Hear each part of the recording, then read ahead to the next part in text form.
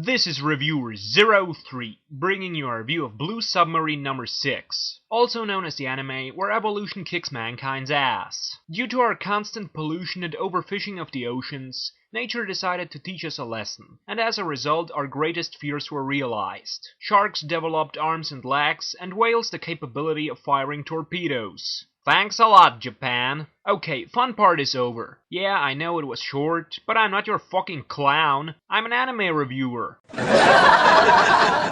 And I'm not a comedian either. Stop laughing, goddammit. You know what, let's just start with the review. Blue Submarine number 6 is set in a near and already fucked up future in which Earth's oceans have risen and flooded large parts of the planet's land masses. The one responsible for this is the rogue scientist Zorndike.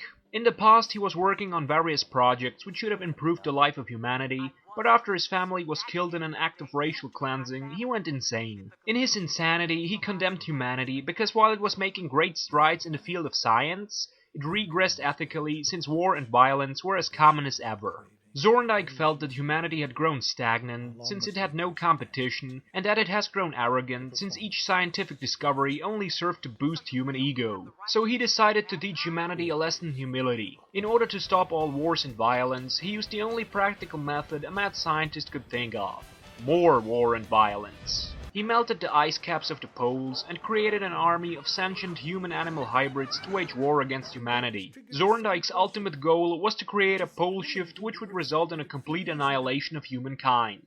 To prevent this from happening, humanity sent the Blue Fleet to destroy Zorndike. Now this anime was a shining pearl in the anime ocean. It's really original. Nuke the Psycho? No, that's original. Don't contradict me, goddammit. It has a good soundtrack, some really good action, heartless villains. No, seriously, this guy doesn't have a heart. And it has the best animation of its time. You might not believe me, but this anime was produced from 1998 to 2000. Yes, that's right. The breathtaking animation you are witnessing is from an anime that was done 12 years ago. This is also one of the few animes I really recommend in English. Those of you who watched my previous reviews know that I prefer to watch animes with subs. But I'm not an arrogant dub hater who doesn't acknowledge great English dubs. So when I say that I recommend this anime in English, you're going to watch it in English, or my mutated monster shark will pay you a visit. This is excellent! We will burn them with the unquenchable fire which they themselves created!